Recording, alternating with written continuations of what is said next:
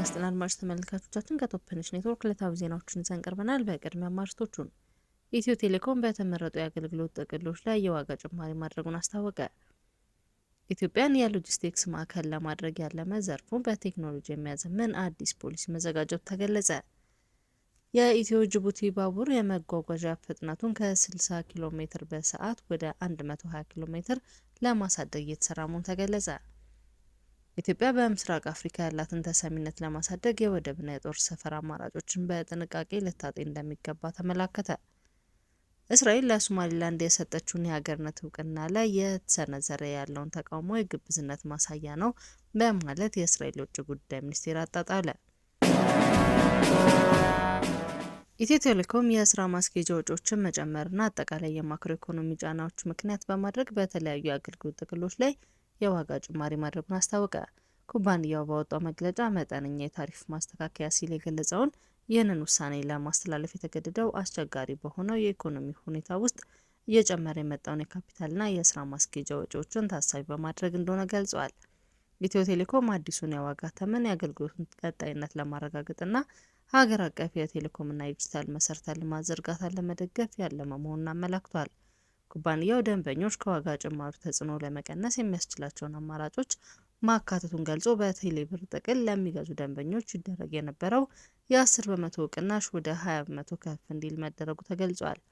በተጨማሪም በስፋት ጥቅም ላይ የሚውለው የ38 የአገልግሎት ጥቅሎች ላይ ምንም አይነት ዋጋ ጭማሪ እንዳልተደረገ ኩባንያው አስታውቋል።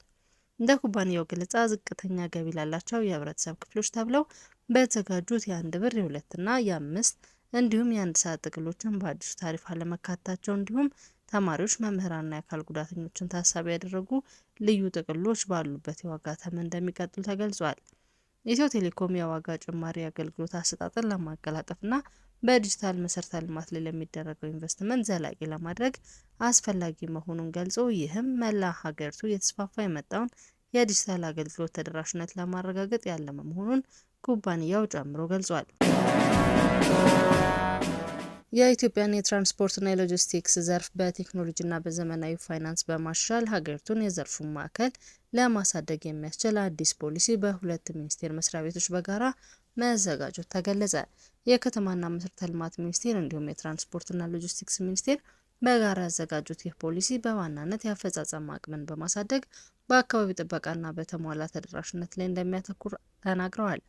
ፖሊሲው ውጤታማ እንዲሆን በሁለቱ ሚኒስቴር መስሪያ ቤቶች መካከል የጋራ የአመራር ኮሚቴ ተቋቁሞ ግልጽ የቅንጅት አሰራር ተዘርግቷል ተብሏል።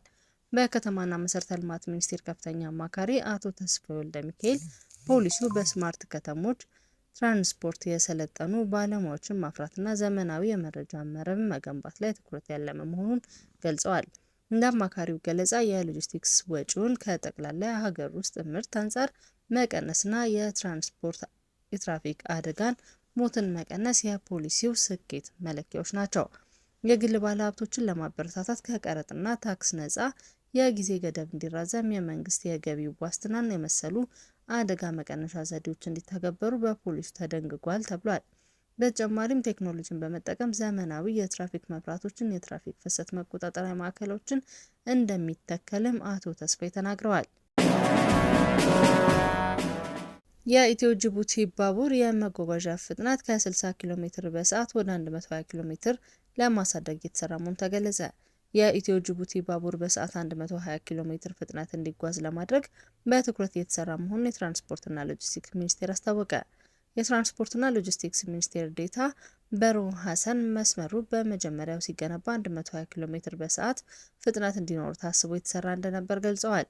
ይሁን እንጂ ቀደም ሲል በነበሩ የጸጥታ ችግሮችና የስርቆት ድርጊቶች ምክንያት የመጓዝ ፍጥነቱ ወደ 40 ኪሎ ሜትር በሰዓት ዝቅ ብሎ መቆየቱን አስታውሰዋል።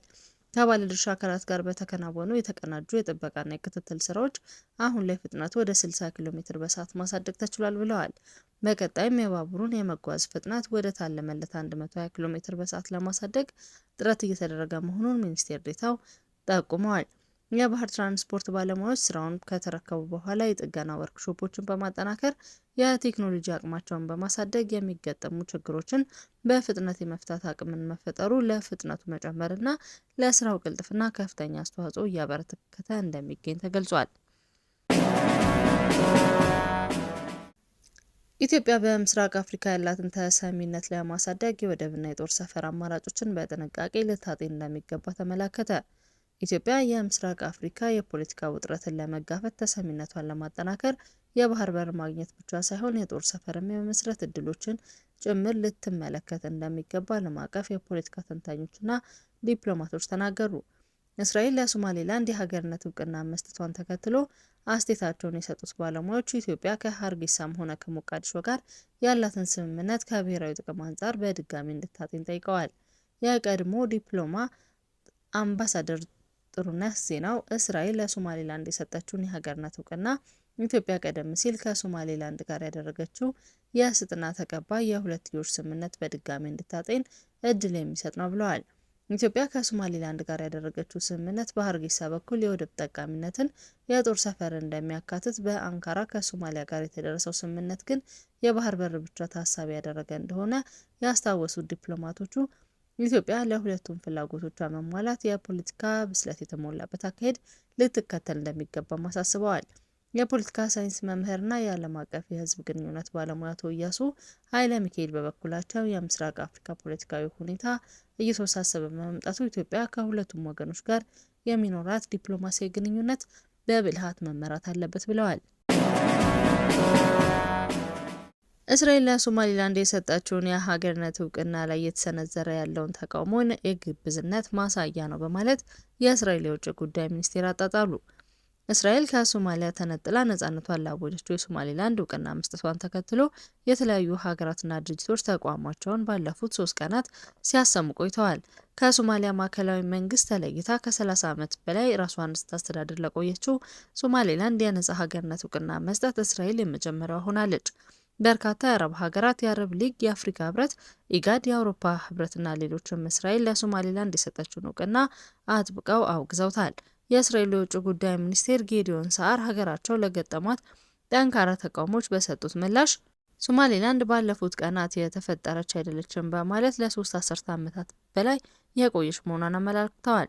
ሶማሊላንድ ከ34 ዓመት በላይ እንደሆነች ሀገር የቆየች ናት ያሉት ሚኒስቴሩ እስራኤል በሰጠቻት እውቅና ላይ የተሰነዘረው ጥቃት ግብዝነት ነው በማለት አጣጥለዋል። እስራኤል ለማንም እውቅና እንደምትሰጥና ከማን ጋር ዲፕሎማሲያዊ ግንኙነት እንዲኖራት የምትወስነው በራሷ ነው ያሉት የውጭ ጉዳይ ሚኒስቴር ሳዓር ሀገራቸው የገጠማት ተቃውሞን ውድቅ አድርገውታል። አድማጭ ተመልካቾቻችን ከቶፕ ኒውስ ኔትወርክ ለዕለቱ ያዝናቸው ዜናዎች እነዚህ ነበሩ። መልካም ቆይታ።